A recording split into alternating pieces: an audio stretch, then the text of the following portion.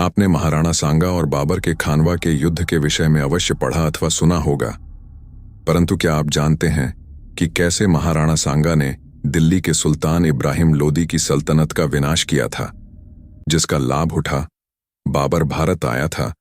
इतिहास में इब्राहिम लोदी और महाराणा सांगा के मध्य लंबा सैन्य संघर्ष हुआ है, जिसमें से प्रमुख हैं 3 युद्ध, खतौली का युद्ध, ढोलपुर का युद्ध और रणथंभौर का युद्ध। सर्वप्रथम चर्चा करते हैं 1517 में हुए खतौली के युद्ध के विषय में।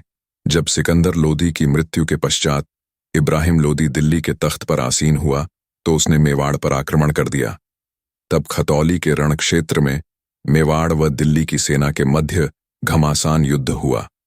2 पहरों के इस युद्ध में एक क्षण ऐसा भी आया जब महाराणा सांगा का शत्रु से युद्ध करते हुए एक हाथ कट गया और उनके एक पैर में तीर लगने के कारण अब महाराणा सांगा का एक पैर ही काम कर रहा था और महाराणा अपनी एक आंख पहले ही गंवा चुके थे। परंतु महाराणा ने साहस नहीं छोड़ा और लोदी को युद्ध भूमि से खदेड़ भगाया। इब्राहिम लोदी तो मैदान छोड़ भाग गया, परंतु उसका बेटा बंदी बना लिया गया, जिसे महाराणा ने कई महीनों के बाद भारी हर्जाना वसूल कर रिहा किया। युद्ध के पश्चात महाराणा सांगा के आदर्शवादी सिद्धांतों का परिचय देने वाली एक घटना घटित होती है।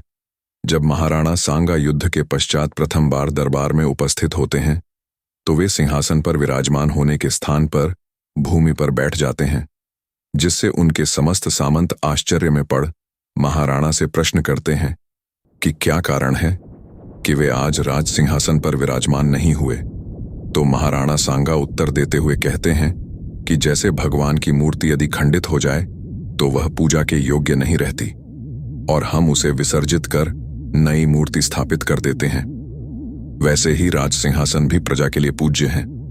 राज सिंहासन पर वही विराजमान हो सकता है जो शरीर से संपूर्ण हो और प्रजा की सेवा के लिए योग्य हो।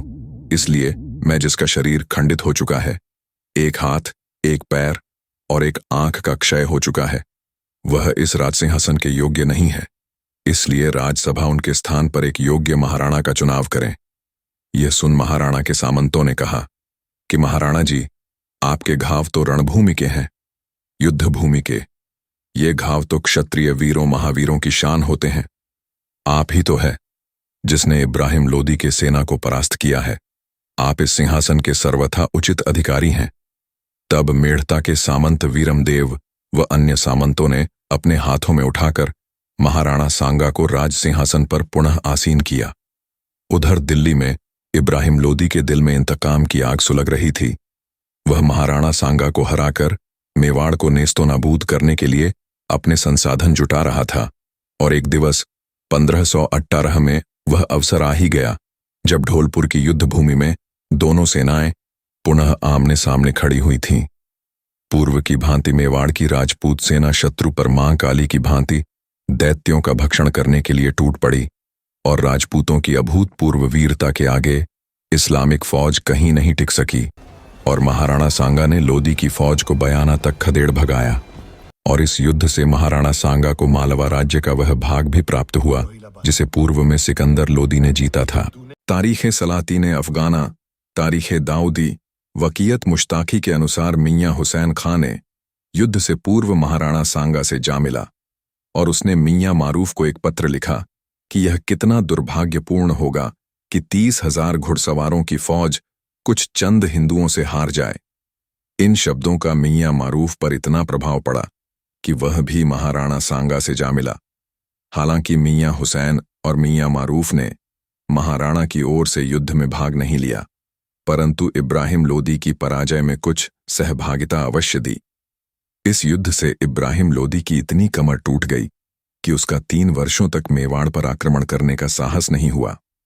पार्श्वनाथ श्रवणशतबीरकृत के शिलालेख के अनुसार 1521 में इब्राहिम लोदी ने रणथंभौर पर आक्रमण किया था, जिसमें वह पुनः असफल हुआ और इस युद्ध के पश्चात इब्राहिम लोदी की मेवाड़ पर आक्रमण करने की कभी हिम्मत नहीं हुई और इब्राहिम लोदी की इन्हीं पराजयों ने लोदी वंश के विनाश की नींव रखी, जिसके फलस्वरूप मुगलों का भारत में आगमन हुआ।